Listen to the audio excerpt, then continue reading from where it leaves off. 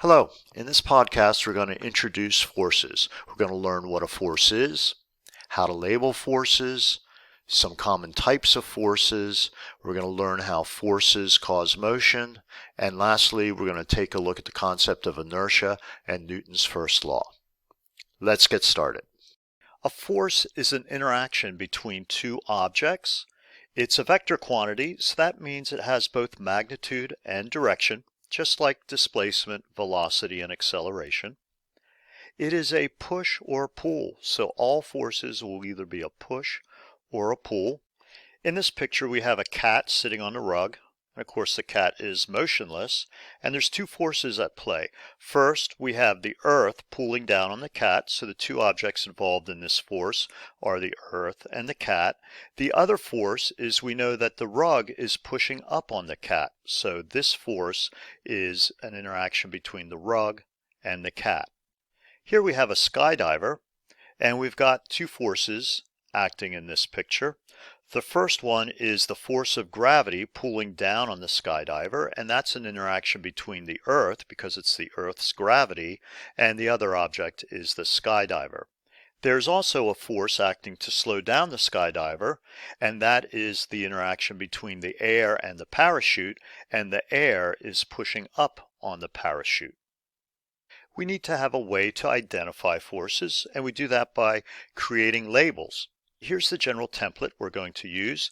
We're going to use a capital F, stands for force. Then as subscript, we're going to have the type of force, comma, the object exerting the force, then an arrow, and the object that's receiving or feeling the force. Remember, a force is an interaction between two objects, and we must list both of the objects in the label as well as what type of force it is.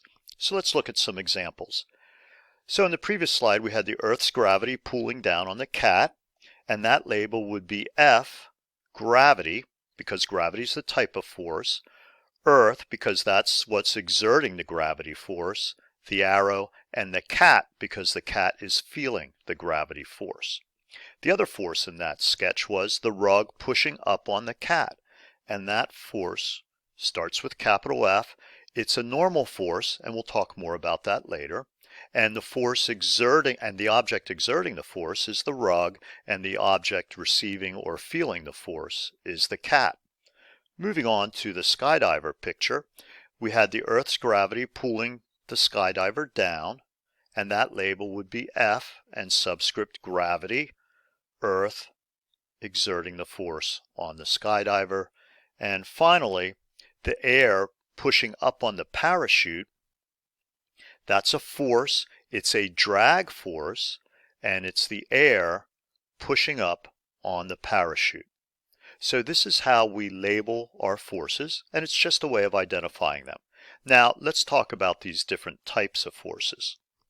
There are many forces, but we're going to study or talk about some of the more common ones, especially the ones we'll encounter in this course. First, under the column of perpendicular, we have a normal force, and this is a push force between two solid surfaces, such as you're sitting in your chair, and so the chair is pushing up on you. Buoyancy is the floating push force of a gas or a liquid on a solid. So this is similar to the normal force, except instead of a solid surface pushing up, it is a liquid or gas pushing up. An example would be a boat floating on the water.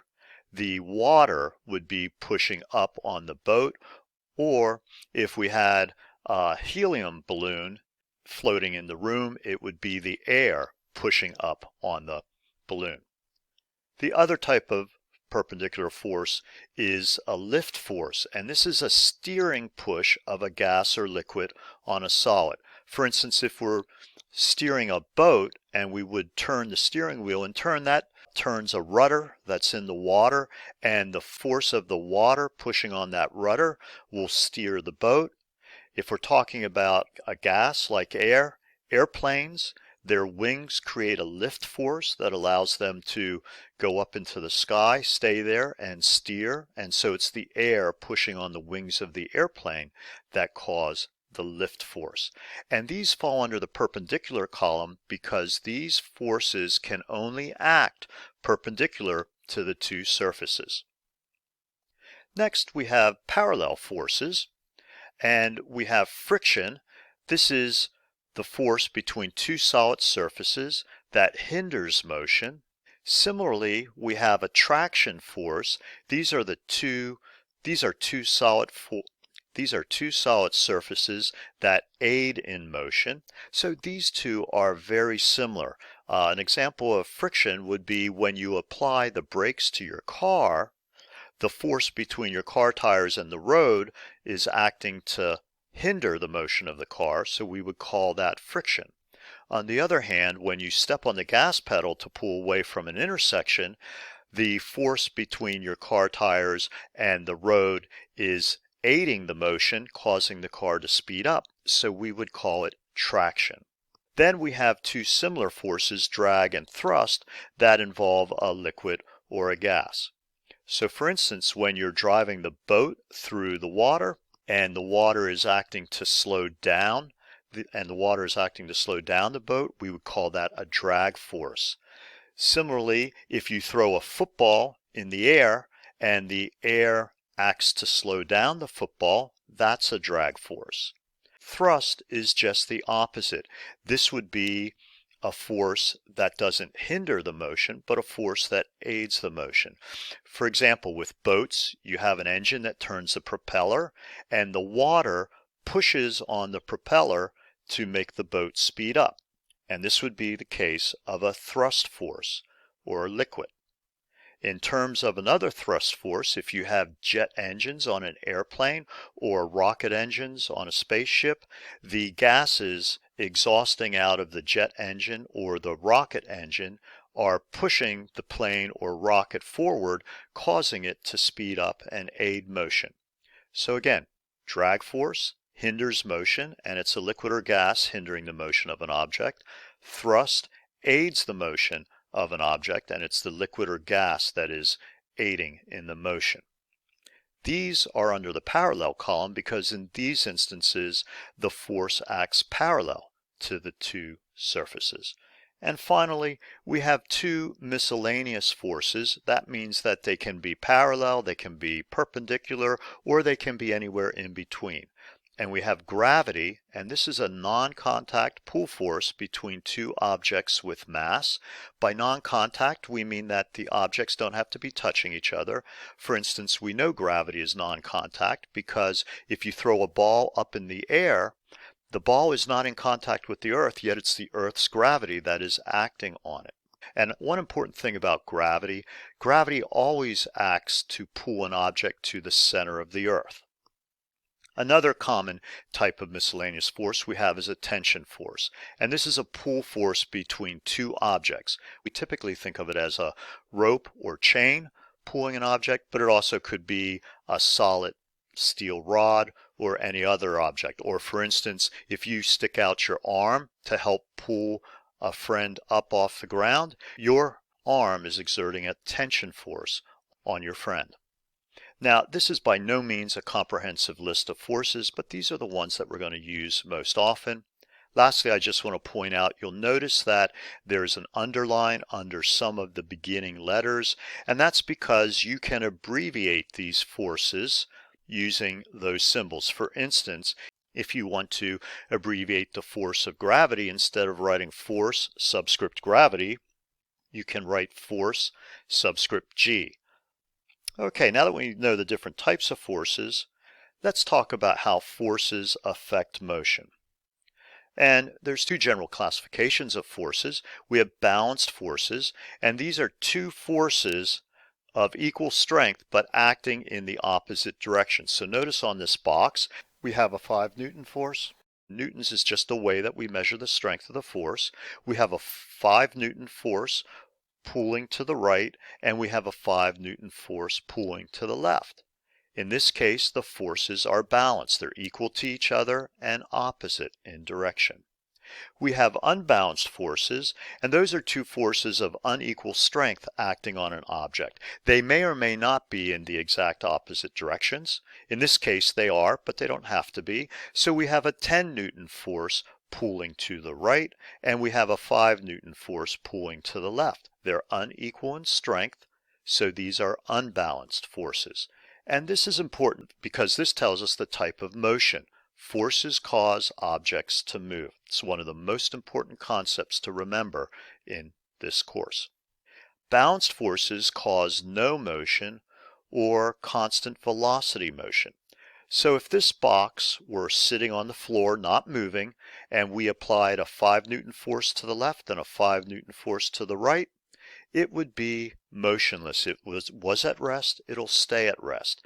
However, if the box was already moving along the floor, let's say at 2 meters per second, and we applied a 5 Newton force to the left and a 5 Newton force to the right, it would continue to keep moving at a constant velocity of 2 meters per second. So important to remember, balanced forces cause no motion or constant velocity motion. Unbalanced forces cause an object to speed up, slow down, or change direction.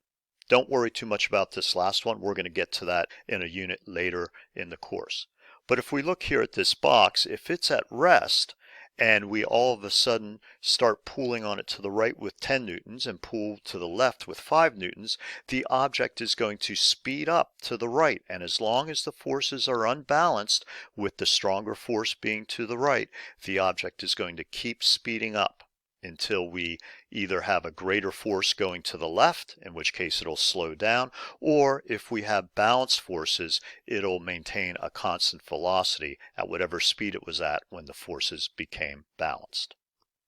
Let's talk about inertia and Newton's first law of motion. Inertia is a quantity that measures how resistant an object is to changing its motion.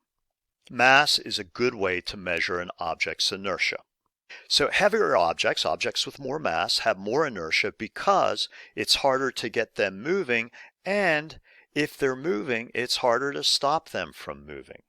Lighter objects have less mass and they have less inertia because it's easier to get them moving, and if they're already moving, it's easier to stop them from moving.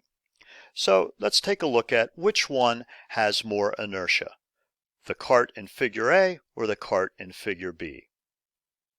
Well, it's the cart in figure A because it has a total of 34 kilograms of mass, whereas figure B only has 12 kilograms of mass. And of course we know it'll take more effort, more force to get this cart moving, and if it's already moving, it'll take more effort to get it to stop. Let's move on and talk about Newton's first law of motion, which is also known as the law of inertia. So Newton's first law says an object at rest will stay at rest unless acted on by an external net force, and an object in motion will stay in motion unless acted on by an external net force. So for instance, the book that's sitting on your desk, we know that if you don't push it or something else doesn't push it or pull it, it's just going to stay there. That's what this first part means. It's going to stay there at rest unless acted on by an external net force. The last one here, or the second one, is a little harder to visualize, but if an object's moving, it will stay in motion unless acted on by a net external force. So for instance, if we take a ball and we let it roll down the floor, it will keep moving until an external net force acts on it. Now the reason I say this is hard to visualize is we know if we roll the ball, we know if we let it roll long enough, it's going to come to a stop. But that's because there's friction. So friction is that external force acting to slow it down. If we didn't have friction, we know that the ball would roll further. And in outer space, there is no friction. So things in motion in outer space just keep moving unless there's an outside force acting on it. Well, this ends our lesson on the basic concepts of force, inertia, and Newton's first law. I hope this helped, and have a good day.